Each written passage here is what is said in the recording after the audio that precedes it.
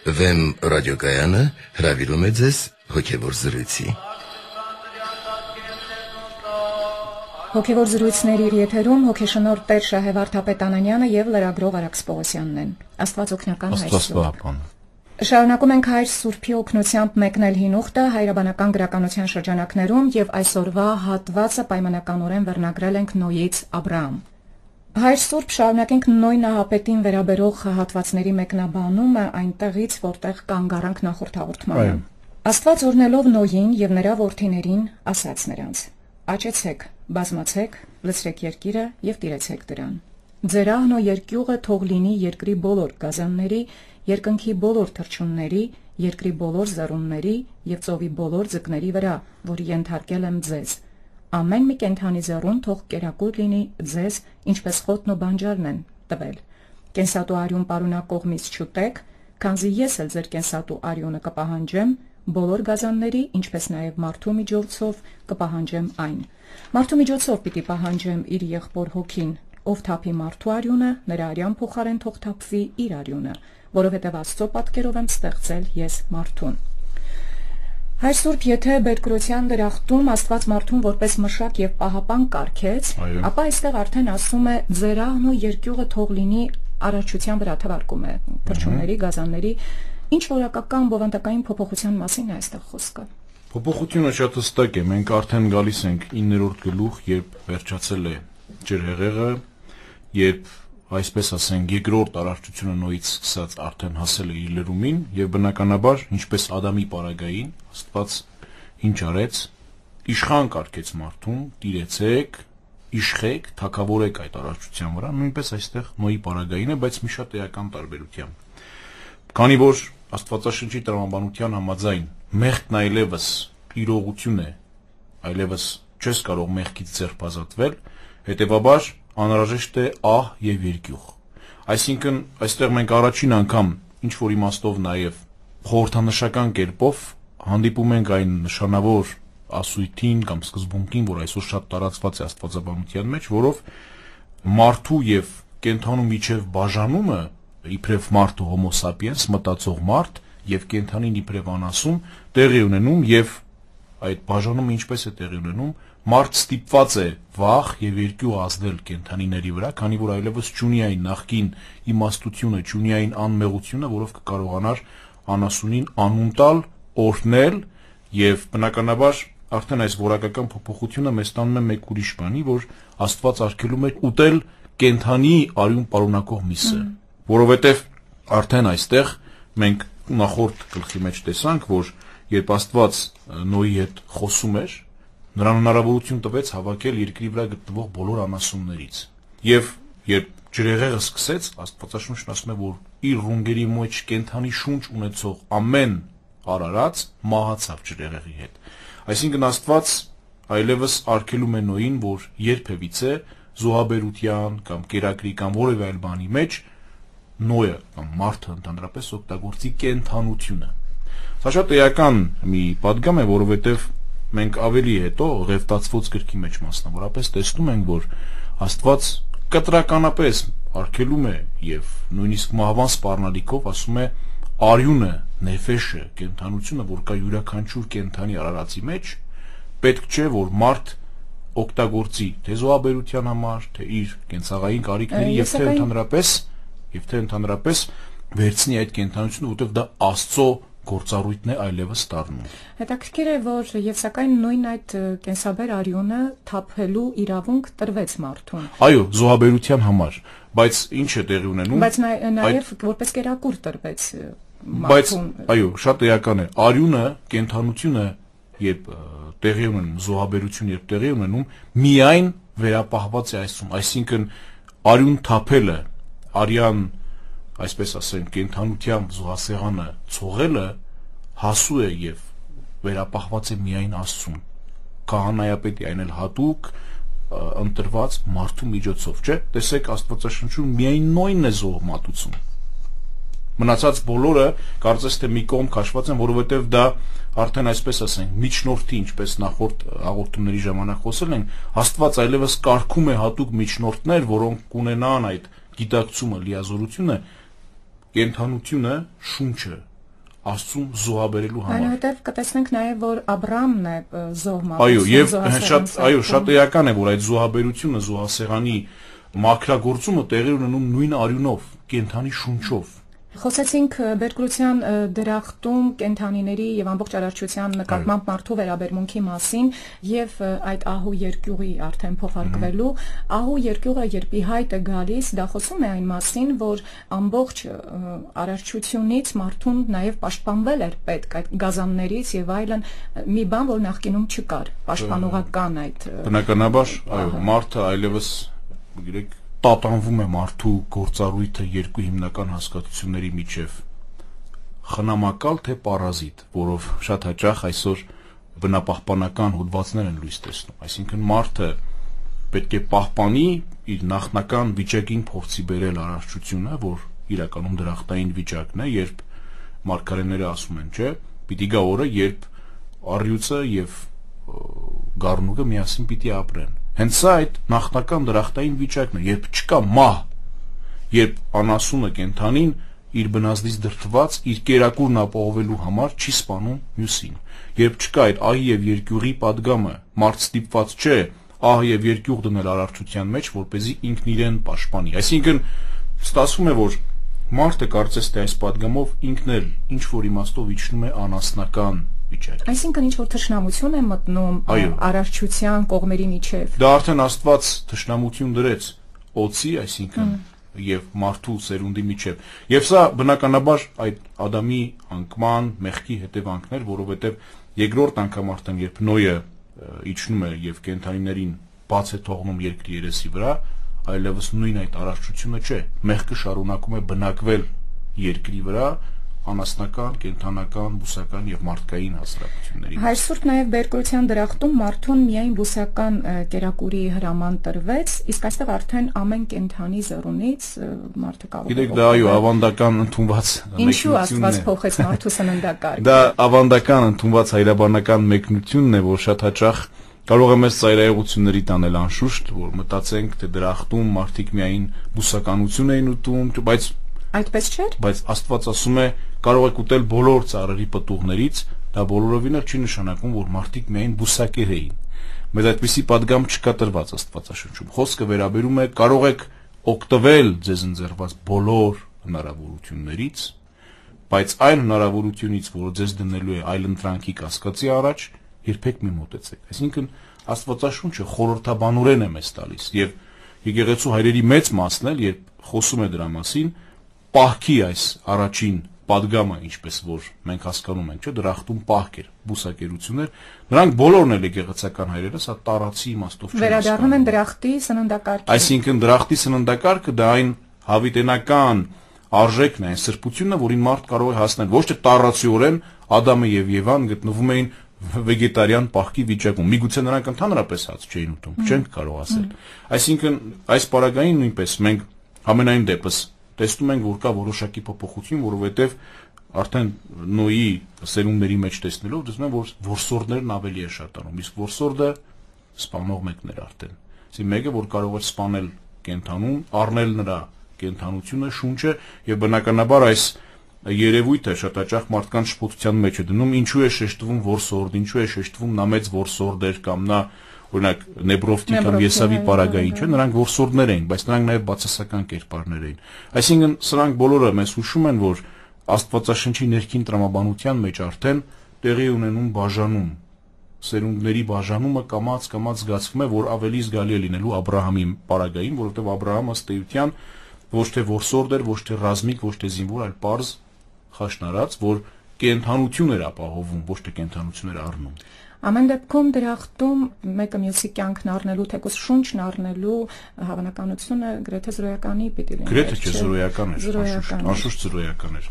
Եվ ժամանակակից աստվածաբանության մեջ հենց այդ առաջին սկզբնակետն է, սկզբունքն է, որ արծարծվում է, որ բնությունը պետք է պահպանել իր բնական անաղարտ վիճակով, ինչպես որ այն կար, եւ հասկանում են բնականաբար ոչ թե տառացիորեն,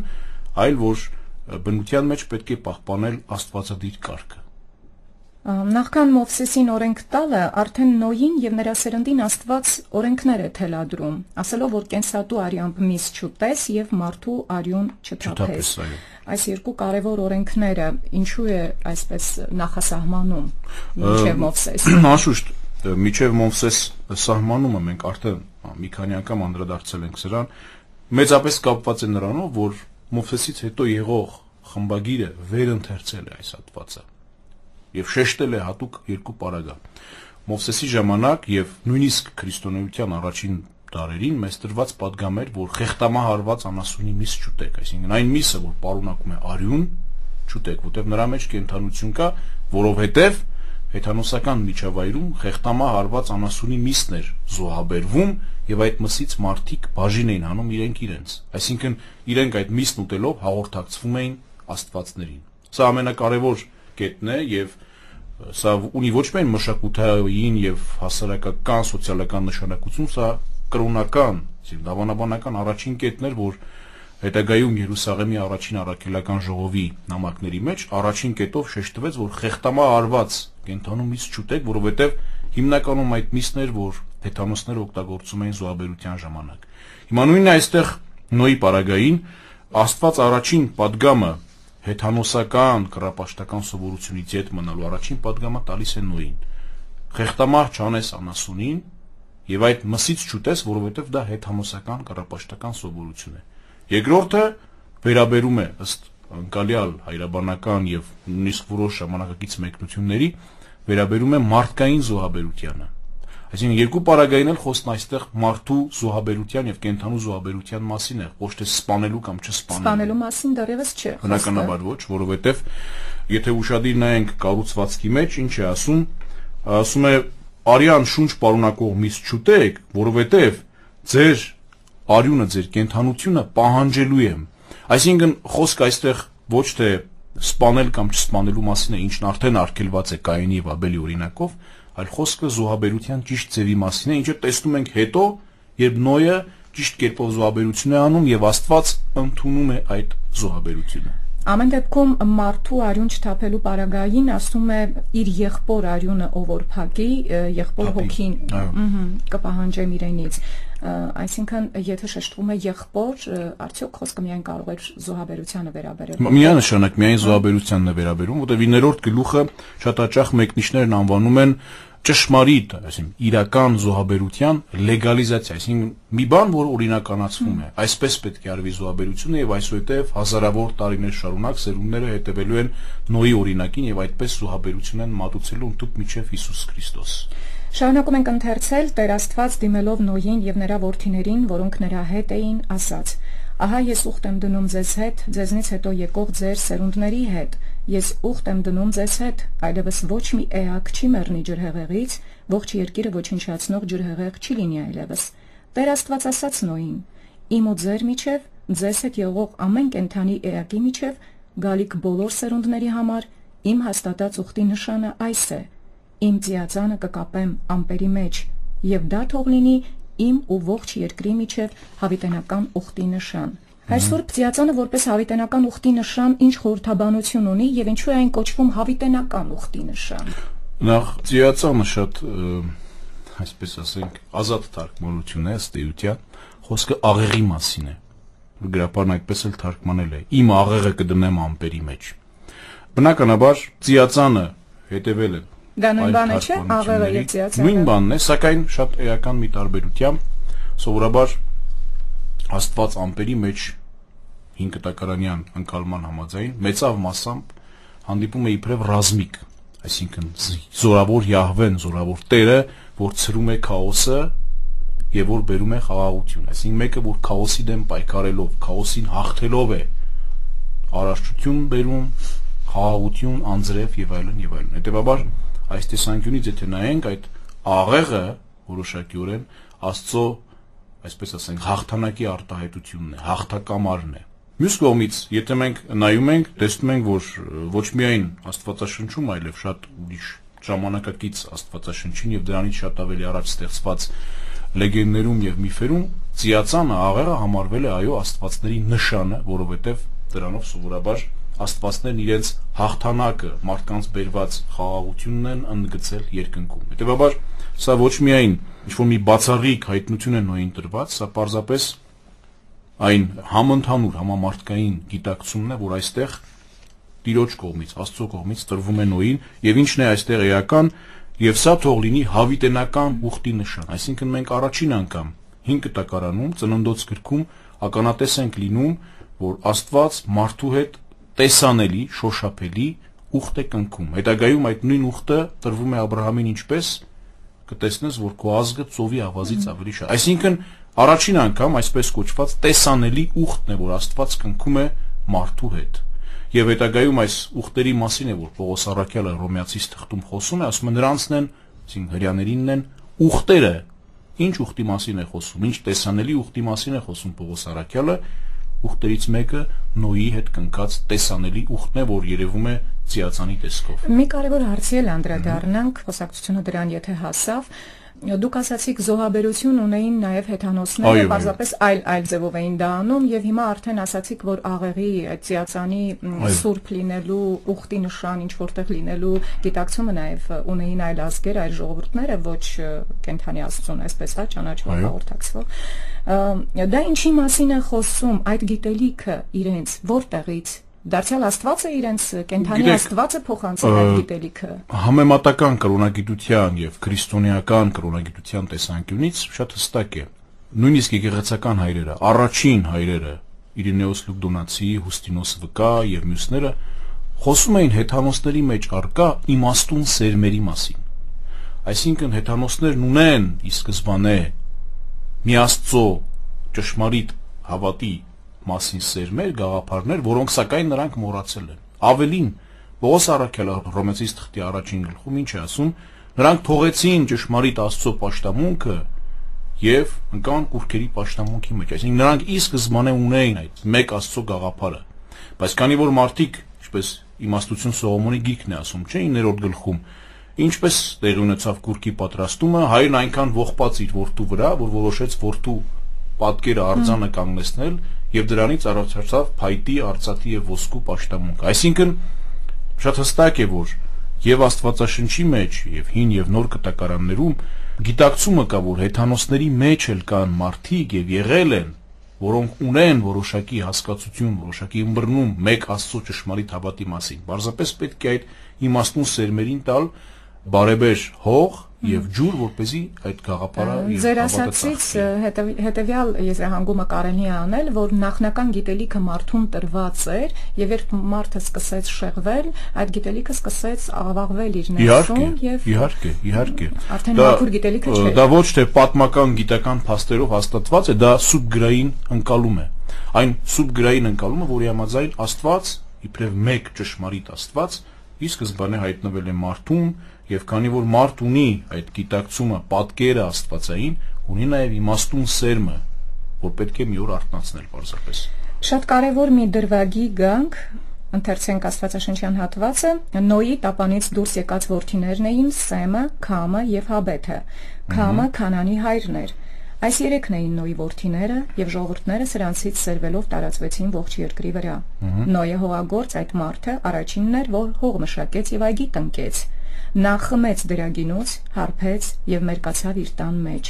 Քամը, Քանանի հայրը, տեսավ իր հոր մերկությունը եւ դուրս գնալով այդ մասին պատմեց իր երկու եղբայրներին։ Սեմն ու Հաբեթը երկուսն էլ հագուստներն առան իրենց ուսերին եւ հետ գնալով ծածկեցին իրենց հոր մերկությունը։ Նրանք մեջքով էին կանգնած այնպես, որ իրենց հոր մերկությունը չտեսան։ Նոյը սթափվելով գինովությունից իմացավ, թե ինչ է արել իր նկատմամբ իր կրտսեր որդին եւ ասաց. Անիցիալ լինի ստրուկ Քանանը եւ իր եղբայրների ծառան թող լինի։ Նա ավելացրեց. Օրհնյալ լինի Տեր Աստված, Սեմի Աստվածը, իսկ Քանանը թող լինի նրա ծառան։ Աստված թող բարգավաճեցնի Հաբեթին, նա թող բնակվի Սեմի տանը, իսկ Քանանը թող լինի նրա ծառան։ Այս միջադեպը Հայր Սուրբ ինչու այդքան ճակատագրական եղավ Նոյի զավակների եւ նրանց սերունդների համար, փաստորեն հետագայում կտեսնենք, որ կանանացիները, որոնցից վերցվում է ավետյաց երկիրը եւ տրվում իսրայելցիներին, քամի սերնդից էին, իսկ իսրայելցիները եւ նաեւ օրինակ մենք հայերս օրհնություն ստացած զավակների սերնդից։ Ինչու այդ մեկ միջադեպի պատասխանատվությունը տարածվեց հաջորդ սերունդների վրա։ Օրհնության եւ անեծքի ուժից նաեւ կուզեմ տեսեք։ Նախ առանց մշակութային, առանց, այսպես ասենք, գաղափարաբանական շերտին անդրադառնալու մենք այս հատվածը երբեք չենք կարող հասկանալ,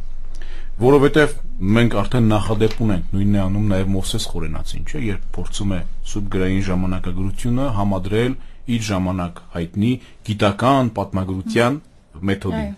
Բնականաբար, ինչ որ այստեղ գրված է մեկ պարզ պատճառով եւ խոսում եմ գաղափարաբանության մասին, այսինքն այն մեթոդի մասին, որ կիրառել է խմբագիրը կամ գրիչը, որ փորձել է Մովսեսի թողած ժառանգությունը խմբագրել, շտկել, այսպես ասենք, իր պատկերացումով։ Քամը բնականաբար Քանանի հայրն էր, նախնին էր։ Մենք ունենք տվյալներ շատ արձանագրություններից անված, պեղումների ժամանակ հայտնաբերված, որ իրոք Քանանի ժողովուրդը, կանանացիները, այսպես ասենք,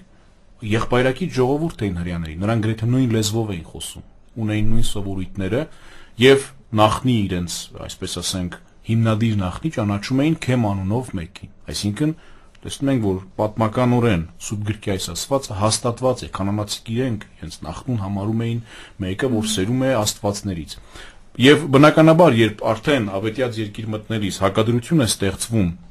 Սեմի, այսինքն Շամ կամ Շամրի կամ հետագայում Սամարի անունն է դրանից առաջանում այս ցեղախմբի միջև, որ երկուսն էլ ըստ էության Պաղեստինի կանանական ցեղախմբերն են, կարիք է առաջանում բացատրել բախումի այդ պատերազմի առիթը, որն է։ Զարմանալի է, որ կանանացիք իրենք էլ են բացատրել այդ բախման առիթը։ Եվ այդ բախումից այսօր մենք ունենք։ Այո, այսինքն նրանք երկուսն էլ բացատրել են, պարզապես մենք կանանացիների, ասենք, Ուգարիտ կոչված քաղաքի բացատրությունը գտել են 20-րդ դարի 50-ականներին, հрьяաների կամ սեմական ժողովրդի բացատրությունը ունենք Ծննդոց գրքում։ Սա շատ բավական հստակ է, որ քանի որ Քամը, Քանանի նախահայրը,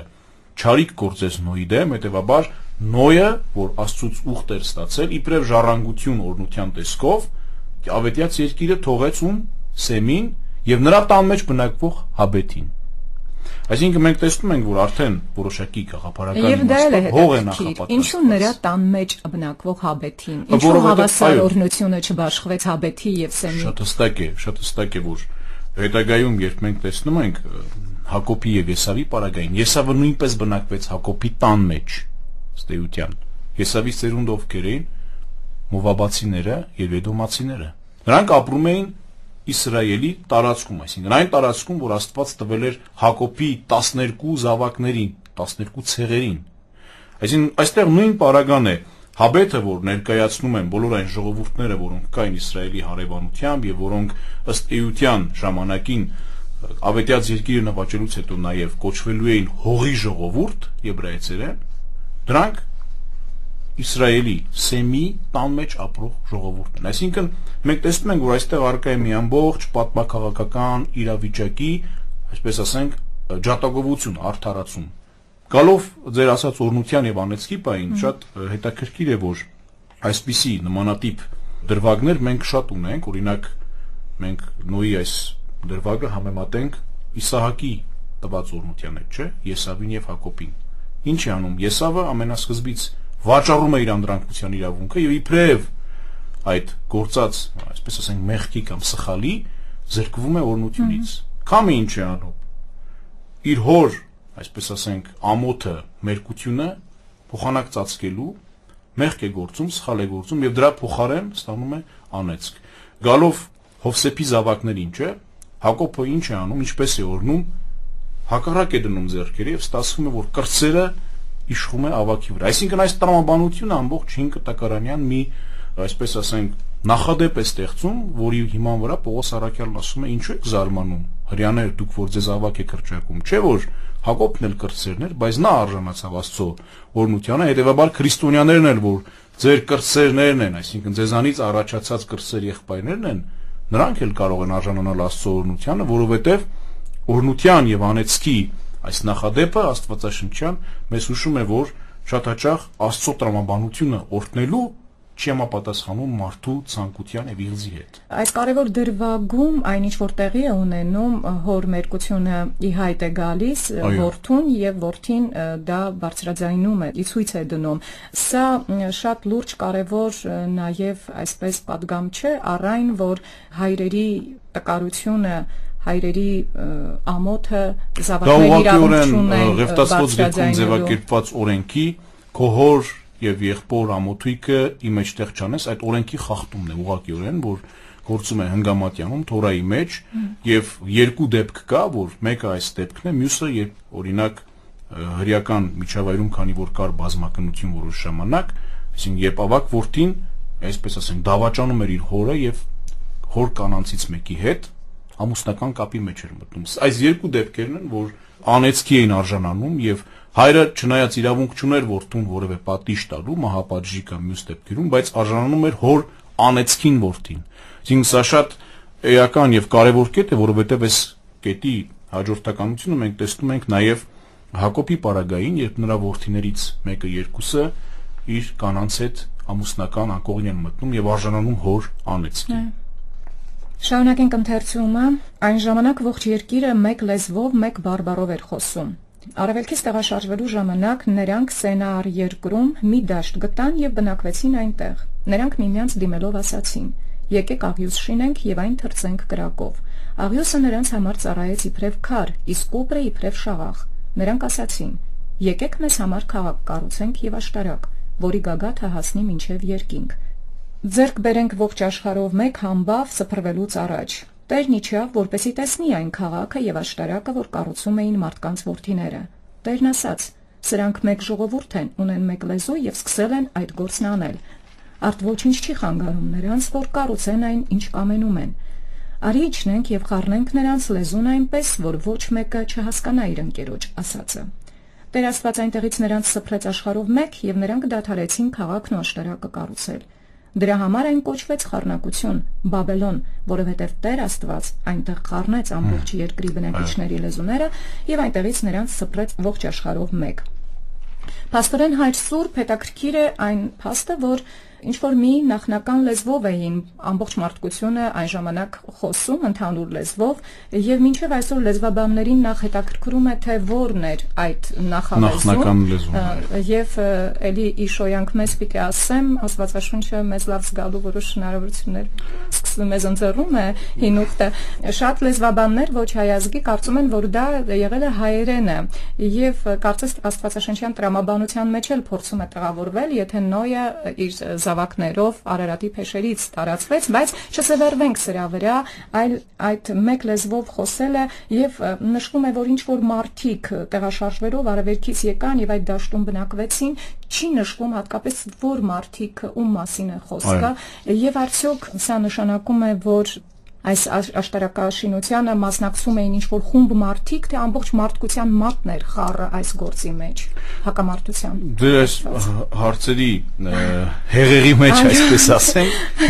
մենք նախ գանք 10-րդ գլուխը եւ այս են ծնունդ որդվոց Նոյ, այսինքն Նոյի որդիները այս ծնունդներ ունեցան եւ հերթով թվարկում է։ Օրինակ Հաբետի որդիներ, Սեմի որդիներ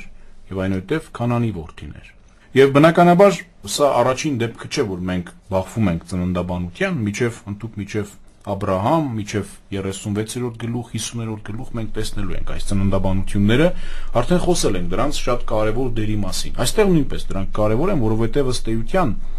Աստվածաշնչի հեղինակը, Աստվածաշնչի ընթերցողը, որ փորձել է իր ընթերցման, իր պատկերացման համաձայն համապատասխանեցնել ժամանակի հոգևոր պահանջներին այս Աստվածաշունչը, շատ կարևոր երկու շեշտադրում է անում։ Նախ, մենք եթե գանք 10-րդ գլուխ 9-րդ համար, խոսում է Նեբրովտի մասին, որ զորավոր որսորդն էր եւ ըստ էության Բաբելոնի հիմնադիրն էր թագավորության։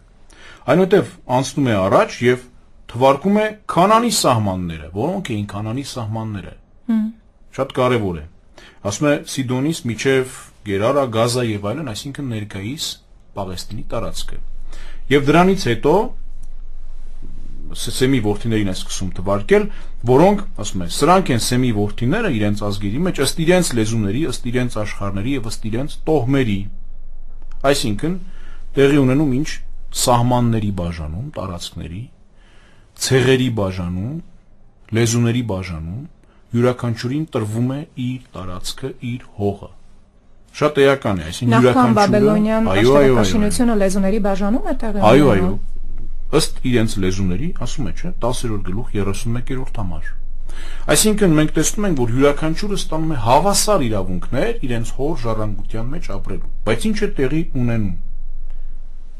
Սենար երկրում մարդիկ որոշում են համախմբվել, միախմբվել եւ աղյուսից սկսում են կառուցել աշտարակ։ Այսինքն Աստվածաշունչը մեզ առաջին անգամ թերևս շատ բացառիկ կերպով հուշում է, որ կան հավասար իրավունքների բաժանված ազգեր եւ ժողովուրդներ, բայց կա նաեւ վտանգը այդ ազգերին եւ ժողովուրդներին մեկ լեզվի, մեկ գերիշխանության տակ բերելու վտանգը, որ ուղղակիորեն այստեղ ակնարկվող Բաբելոնի Նեբրով թագավորի օրոք է տեղի ունենում։ Հաշա է, բայց Աստվածաշունչն ասում է, որ այն ժամանակ ողջ երկիրը մեկ լեզվով, մեկ բարբառով է խոսում։ Եվ ինչ է ասում։ Եվ նրանք արևելքից գնացին, գտան Սենաար դաշտում, Սենաարը որտեղ է, Սենաարը Ասորեստանն է եւ Բաբելոնը։ Այսինքն երկու աշխարհակալ պետությունների մասին Սուրբ Գիրքը հստակորեն ասում է, որ նրանք արևելքից գալով այս ամբողջ եղած տարածքները միացրեցին եւ այդ միացման, այդ այսպես ասենք, արտաքինից դրական թվացող երևույթը ինչի հանգեցրեց Բաբելոնի աշտարակաշինությանը, որի հիմնական նպատակն էր հասնել Աստծուն։ Մենք շատ հաճախ փորձում ենք տեսնել, որ Աստվածաշունչն ասում է, այո, մեկ լեզու էին խոսում, մեկ ազգ կար, մեկ ոչ։ Աստվածաշունչը այս մեկ միասնության մեջ վտանգ է տեսնում միաձուլման։ Եվ այնինչ, որ մենք այսօր փորձում ենք հասկանալ, ըմբռնել լեզվաբանության եւ գիտության տեսանկյունից, կրոնական падգամի տեսանկյունից Աստվածաշունչը բոլորովին տարբեր մի բան է ասում մեզ։ Գրիգոր Լուսավորչի վարդապետության մեջ շատ հետաքրքիր մի մեկնություն կա։ Լուսավորիչն ասում է, որ Աստված երբ ծրեց լեզուները 72 լեզուների բաժանեց, որտեղ 72 թիվը հետագայում գիտեք ինչի է բերում Քրիստոսի աշակերտներ, մարգարեներ, ազգեր եւ այլն, վերականգնելով Նոյի տված ժառանգությունը։ Այսինքն Նոյի տված ժառանգությունը, որ հավասար իրավունքների վրա էր տեղաբաշխվում բոլոր ազգերը, լեզուները ըստ իրենց տարածքների, լեզուների, մշակույթների ապրում էին, հանկարծ միանում են Սենաար դաշտում, այսինքն մեկը, որ ավելի զորավոր է, պարտադրում է ուժի իրավունքը մյուսների նկատմամբ, ստեղծում է կայսրություն, եւ այդ կայսրության հիմնական նպատակն է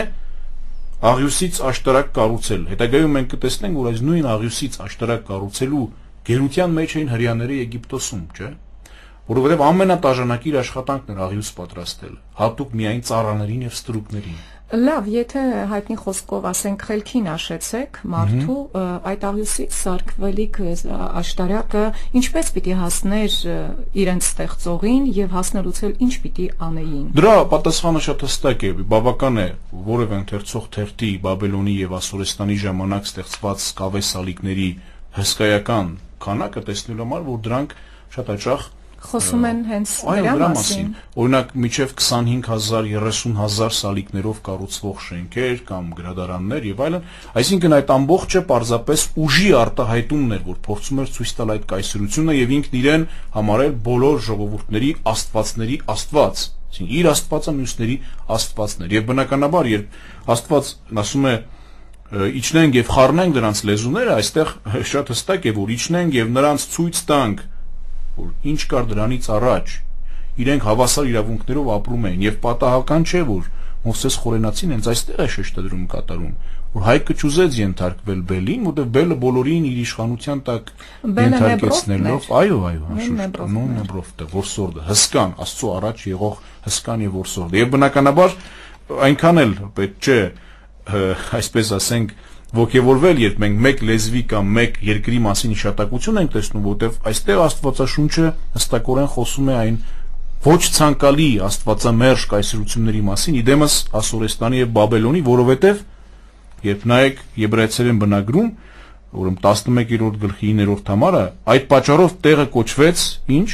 Խառնակություն, չէ՞, բայց խառնակությունը Եբրայեցերեն նույն Բաբել բառն է։ Բաբելոն։ Այսինքն հայտնության գրքում, տես, սկզբից գնում ենք վերջը Սուրբ գրքի։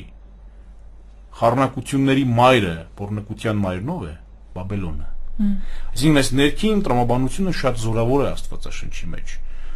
Մեկ կայսրությունը, մեկ, այսպես ասենք, զորով, միաձուլումով մարդկանց մեկ պետության մեջ բերող ինչ-որ մի արտաքին ուժ կա, որ հակադրվում է Աստծուն։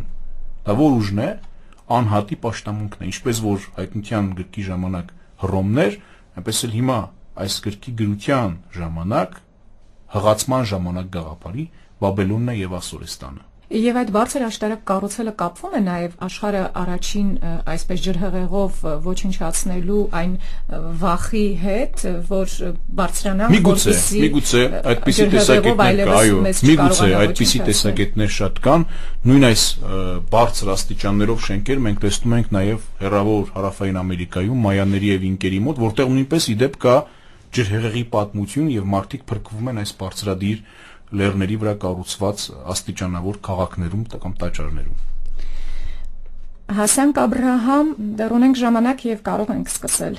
Աբրահամը։ Աբրահամի մասին Աստված նախապես Հայր Սուրբ ոչինչ չի ասում, ինչպես Նոյի համար էր ասում, որ նա արդար եւ կատարյալ մարդ էր։ Ընդամենը նշվում է նրա ազգաբանությունը եւ որ նրա կինը Սարան ամուլ էր։ Իդեպ սա առաջին ամուլն է Աստվածաշնչյան նշանավոր ամուլների մեջ։ Եվ ահա այդ Աբրահամին, ով Խառանում էր բնակվում, հիշենք, որ Խառանը, չեմ կարող ուղղակի չհիշել, պատմական Հայաստանի Միջագետ հյուսիսային Միջագետ կամ Միջագետ Քայոցի քաղաքներից էր, այո, կենտրոններ։ Աստված ասում է. «Հեռացիր քո երկրից, քո ցեղից ու քո հոր տնից,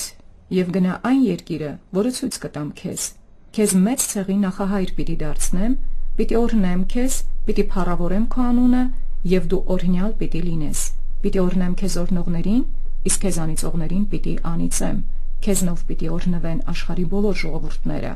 Ինչը նկատի ունենալով եւ հաշվի առնելով է Տերը նախապես նրան այս օրհնությունները կանխատեսում։ Այսինքն մենք հանձինս Աբրահամի նախապես ինչ ունենք, ում ունենք։ Գիտեք, ընդհանրապես 5 տակարանում այս բոլոր նշանավոր կերպարները, կլինի դա Աբրահամ, կլինի դա Եղիա, կլինի դա Սամուել եւ մյուսները, հանկարծակի են մտնում տեքստի մեջ։ Սա Աստվածաշնչի 5 տակարանի մասնավորապես գրության ոճն է։ Կայծակնային արագությամբ հանկարծ խոսվում է, ստեղծվում է տպավորություն, որ 11:27-ում ասում է. «Սրանք են Թարայի սերունդները» եւ սկսում է թվարկել։ Այսինքն ինչից ելնելով, ով է Թարան, ինչ նպատակով եւ այլն, չկա։ Այսինքն սա ընդհանուր մի երևույթ է եւ եթե նայենք թվարկած իմ կերպարներին Եղիա, Սամուել եւ Եղիսե, կտեսնենք, որ պարզապես նշվում է հորանունը կամ ինչ-որ սերնդաբանական ակնարկ եւ անցնում է միանգամից բուն գործին, այսպես ասենք։ Հիմա այստեղ շատ հստակ է, որ մենք նախ ունենք Աբրամ, ոչ թե Աբրահամ, որ շատ էական է, եւ ունենք Սարա, ոչ թե Սարա։ Սրանք շատ կարեւոր կետեր են, խոսենք ինչ ավելի ուշ, եւ բնականաբար Թարան սերում է բնականաբար Նոյի սերունդներից եւ այլն, Սեմի սերունդից, գալիս հասնում է, այսպես ասենք, հյուսիսային Միջագետքի այդ Խառան քաղաքը, որ նշանավոր քավդեական կամ նոր բաբելոնական կայսրության քաղաքներից մեկն էր,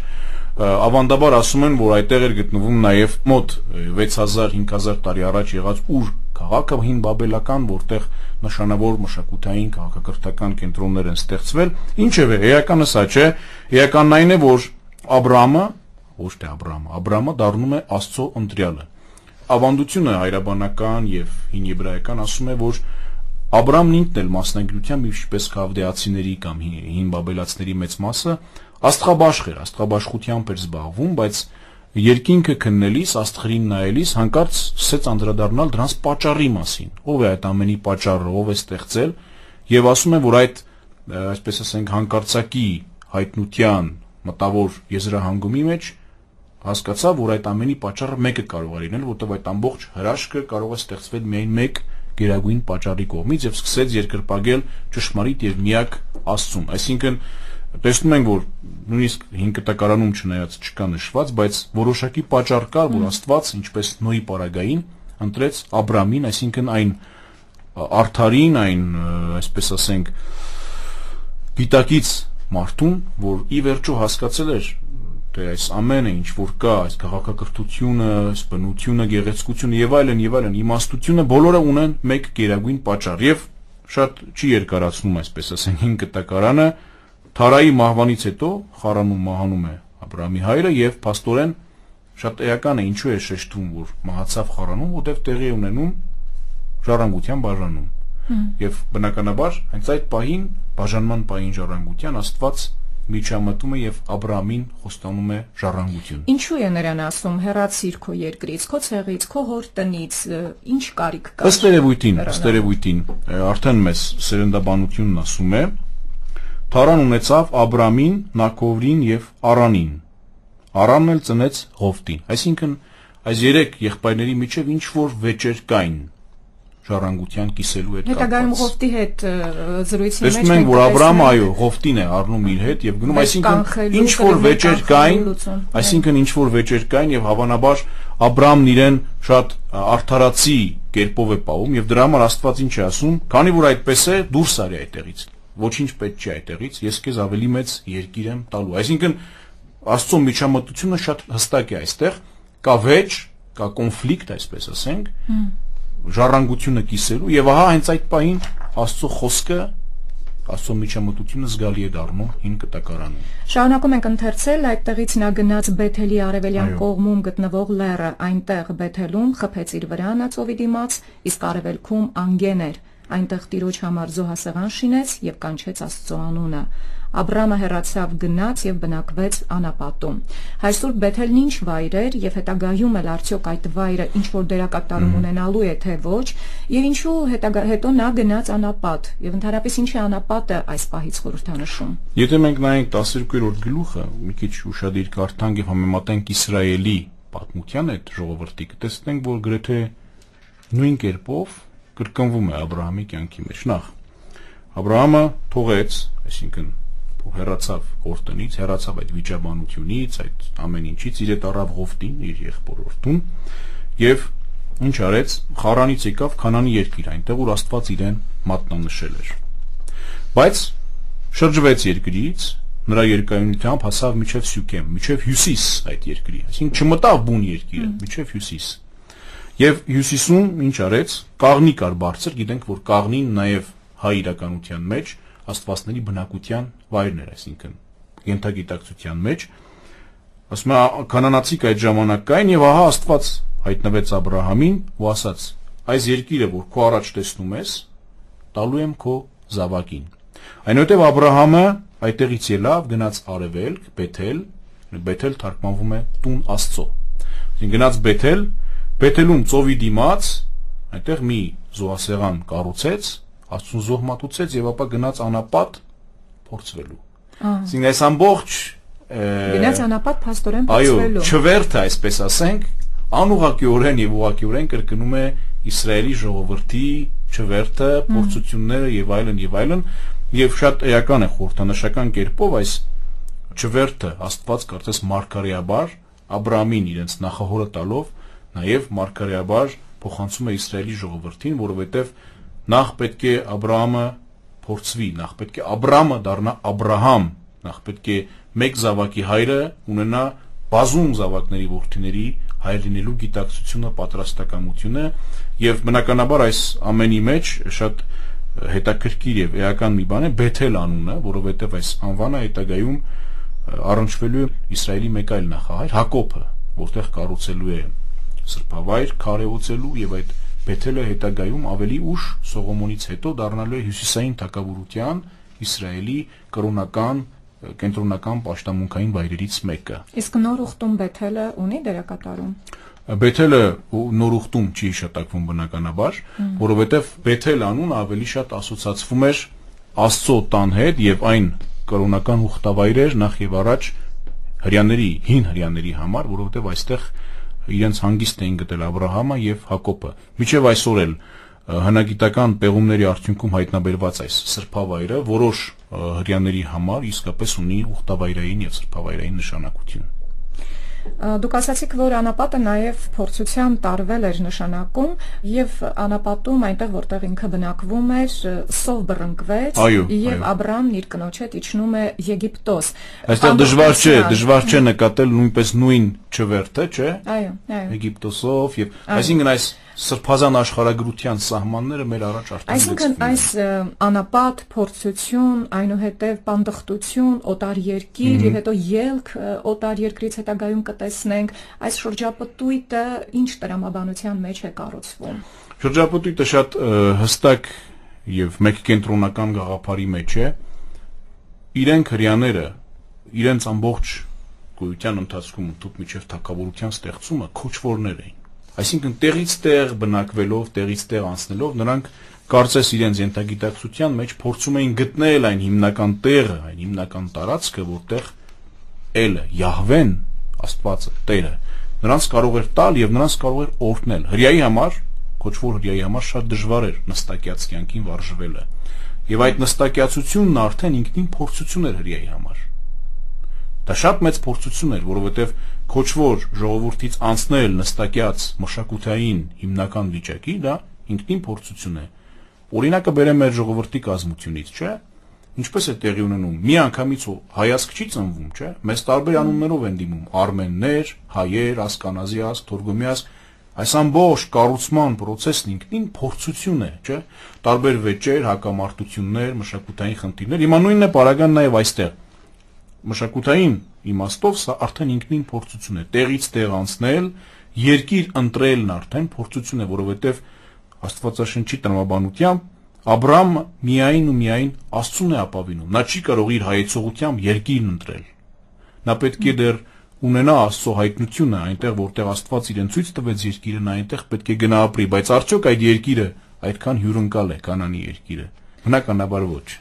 Այստեղ կանգ առնենք, մեկնությունները կշարունակենք հաջորդ հանդիպմանը եւ ունկնդիրները հարցեր են ուղղել, անդրադառնանք հարցերին։ Գոյություն ունի այսպիսի արտահայտություն, իրար հետ լեզու չեն գտնում։ Արդյոք երբ Աստված լեզուները խառնեց, դա կոնկրետ օտար լեզուների առաջ գալուն էր վերաբերվում, թե նաեւ միմյանց չհասկանալուն։ Ճիշտ ասած, ես այս արտահայտությունը շատ լավ հարց է, այս արտահայտությունը փորձել եմ գտնել տասնյակից ավելի լեզուներում կա այս արտահայտությունը։ Եվ ժամանակակից լեզվաբանության մեջ, օրինակ, մարդիկ շատ հաճախ անդրադառնում են, որ լեզվի փիլիսոփայությունը կա, չէ՞։ Լեզուն իբրև ֆիզիոլոգիական օրգան, լեզուն իբրև փիլիսոփայական հասկացություն, իբրև լեզվաբանական եւ այլն, եւ պատահական չէ, որ օրինակ տարբեր աշխարհագրական վայրերում նույնիսկ մարդիկ լինելով, այո, ունեն այդ նույն ասացվածքը, իրար հետ լեզու չգտնել, նույնիսկ աբորիգեն, այսինքն տեղական ժողովուրդները, որ հեռավոր Ավստրալիա, Գվինեա ունեն մարդաբանական շատ հետաքրքիր արտահայտություն, իրար հետ ոտք չեն բռնում, այսինքն չեն համաձայնում իրար հետ։ Հետևաբար մարմնի այս անդամների հետ ասոցացվող համաձայնության ձևը շատ հաճախ կապված է նաև մարդկանց գրին եւ մշակույթին տիրապետելու մարդաբանական կառուցվածքից։ Օրինակ այն ազգերը, որոնք հողի վրա գծելով են փորձում ինչ-որ բան ասել, չէ, բնականաբար չէր ասի, իրար հետ լեզու չեն գտնում, այն ազգերը, որոնք բանավոր ավանդույթից են անցել գրավոր ավանդույթ, գրեթե այդ բոլոր այդ ազգերի մոտ այս արտահայտությունը կա, իրար հետ լեզու չգտնել։ Այսինքն մշակութային առանձնահատկությունների մասին է խոսքը, այսինքն եթե տարբեր են իրարից մշակույթով։ Այսինքն այն ազգերը, որոնք բանավոր ավանդույթից անցել են գրավոր ավանդույթի, նրանց մոտ այդ բանավոր ավանդույթի ուժը շատ զորավոր լինելով, իրար հետ լեզու չգտնել, անշուշտ կարող է տարբեր արտահայտում ունենա, բայց ամենայն դեպս այս արտահայտությունը, այսինքն աստվածաշնչյան այսպես ասենք, պատմության անդրադարձը, որ ունի նաև շատ խորը համամարտկային շերտեր, դա առկա է, դա հստակ է, միանշանակ է։ Հաջորդ հարցը հոգեգալուստի ժամանակ մարդիկ ստանում էին տարբեր լեզուներ, այժմ կա նման բան։ Անշուշտ։ Մենք չպետք է շփոթենք այն խարիզմատիկ հոգեգալստական տարբեր շարժումները, որոնք Աստված գիտի թե ինչ լեզուներ եւ ինչ զեղծարարություններ են երբեմն անում, այն հիմնական, այսպես ասենք, մարդկային, աստվածային եւ հրեշտակային լեզուների հետ, որոնց մասին ակնարկում է Պողոս Առաքյալը։ Սրանք տարբեր բաներ են։ Մարդիկ կան, որոնք շնոր ունեն առանց իրենց, այսպես ասենք, ջանքերի, իրենց ուսումնական, կրթական, գիտական փորձառության, պարզապես թղթի վրա գրանցում են այն, ինչ Աստված իրենց տալիս է։ Սա նույնպես լեզու է, սա հրեշտակների լեզուն է։ Մարդիկ կան, որոնք եկեղեցում մեր սրբոց թարգմանչած տոն ունենք, չէ՞։